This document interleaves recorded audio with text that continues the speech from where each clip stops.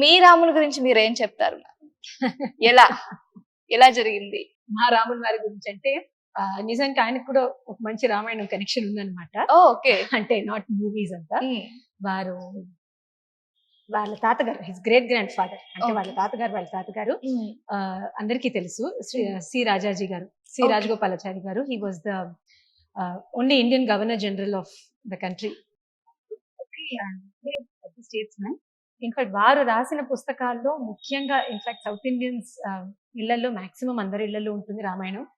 మహాభారతం కూడా రాశారు. కానీ మా చిన్నతనంలో మా ఇళ్లలో అందరి ఇంట్లో వారు రాసిన రామాయణం కంపల్సరీగా ఉంటుంది. ఓకే. ఎందుకంటే ఆ కాలంలో అంటే వారు రాసినప్పుడు అప్పుడున్న రామాయణాలు పుస్తకాల్లో అన్ని అది చాలా ఆథెంటిక్ ప్లస్ సులభంగా రాశారు. ఇంగ్లీష్ లో రాశారు. అప్పుడే కూడా అందరికీ అర్థం కావాలని ఇంగ్లీష్ పుస్తకాలు కూడా వచ్చాయి. సో ఇన్ఫాక్ట్ ఇప్పుడు ఈ కామిక్స్ అని వీడియోస్ తో పాటు వచ్చేసాయి. కానీ అప్పుడంతా చిన్నపిల్లలకి ఫస్ట్ చదివే రామాయణం వారి రామాయణమే. ఓకే. సో అలా చెప్పాలంటే మా రాములి ఫ్యామిలీలో కూడా రామాయణం ఓకే. కనెక్షన్ బాగా మొత్తం అలా గట్టిగానే ఉంది. ఎటు తిరిగి ఇంకా అక్కడికి వచ్చేసారు. వచ్చేసారు. సో హీస్ అంటే వారు computer engineer actually, okay. Turned into politician. ఓ వారు కూడా ప్రజల మధ్యలోనే ఉండే వ్యక్తి.